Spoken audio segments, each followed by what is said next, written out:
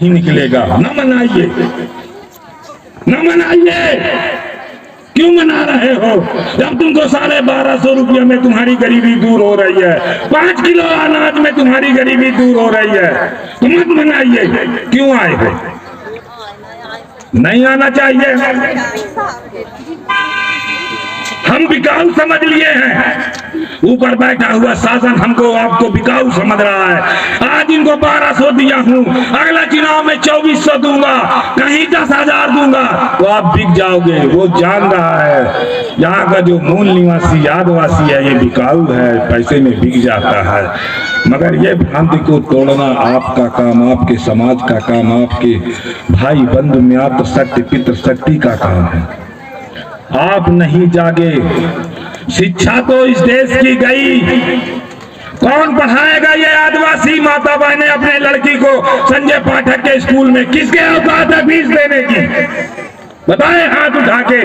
5 आदमी हाथ उठा दो जो संजय पाठक के स्कूल में अपने बच्चे को पढ़ा सकता है। उठाओ। कहाँ गई शिक्षा? हिरा गई। शिक्षा का उद्योगीकरण, व्यापारीकरण कर दिया इस देश के नेताओं ने। जो शासन पर बैठे हुए लोग हैं, इस देश को गिरवी कर दिया।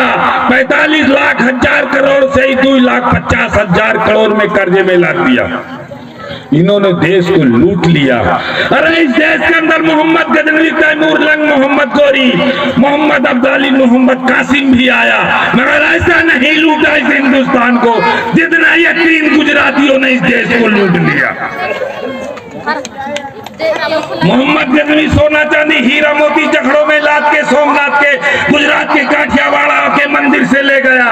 कोई गुजरात था जो 3 गुजराती इस देश को लूट रहे हैं। जब गुजरात लूट रहा था, मोहम्मद गोरी लूट रहा था, मोहम्मद गजनवी, तब इनकी बहादुरी कहाँ चली गई थी? तब हनुमान चालीसा नहीं पढ़ रहे थे वहां, तब हिरा गई थी बुद्धि। आज मौका मिला देश की आजादी के बाद, 75 साल बाद इनको जब मौका मिला तो इस देश को लूटने की तैयारी किए। जाओ ना, काबुल, कंधार और ईरान, इराक से हमारा सोना चांदी हीरा मोती वापस लेके आओ। बहुत बड़े बहादुर बनते हो गुजरात के।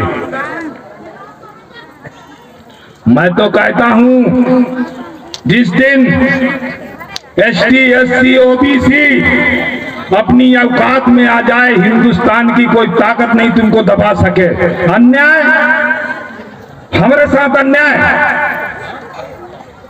कदापि नहीं। जब औरत अपनी आन बान शान में आ जाती है, चाहे रानी दुर्गावती हो, चाहे नंगेली हो, चाहे झलकारी बाई हो, चाहे झांसी की रानी हो, अपनी औकात दिखा देती, अत्याचार नहीं कर सकता। मगर कोई कोने में बिल्ली फंस जाए और तुम 2 डंडा मार ले, बस तबे तक बहादुरी है।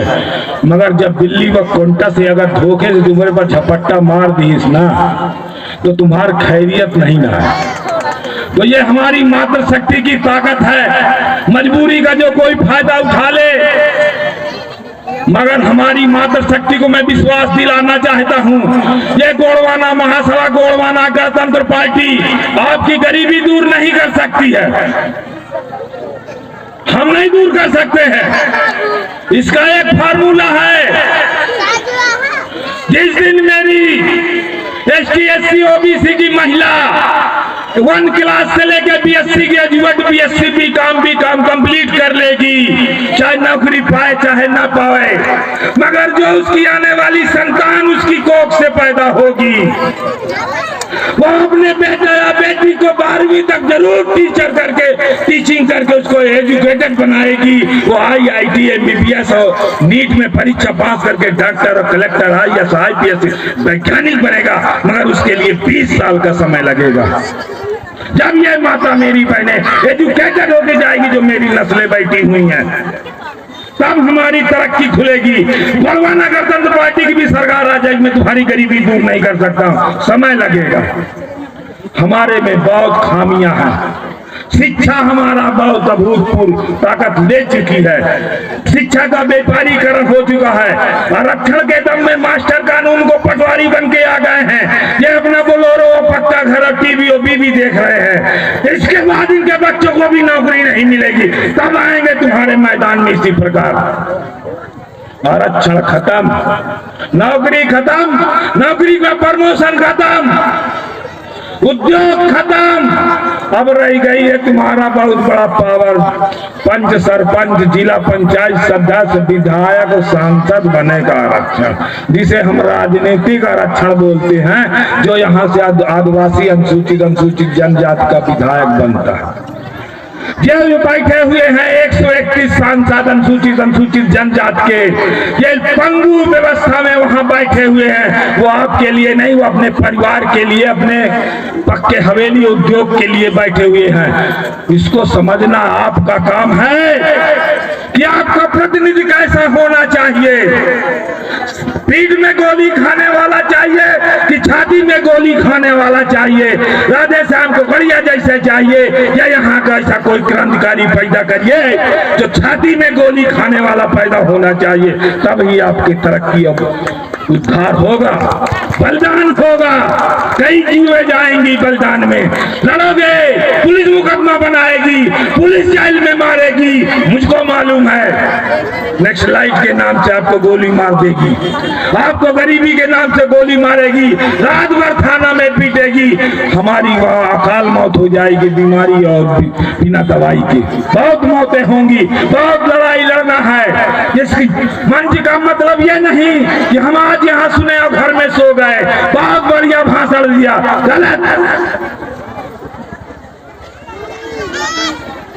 ये भाषण नहीं है, ये संजीवनी बूटी आपको दी जा रही है। सोते हो तो जाग जाओ, नहीं आने वाला समय आपको माफ नहीं करेगा। आने वाली औलाद आपको बोलेगी हमारे माँ बाप कायर थे जो उस वक्त नहीं लड़े, तो आज हम बड़े आदमी राजनेता होते। आज हम बोलते हैं कभी हमें यहाँ के राजा महाराजा रानी और बेग में हुआ करते थी।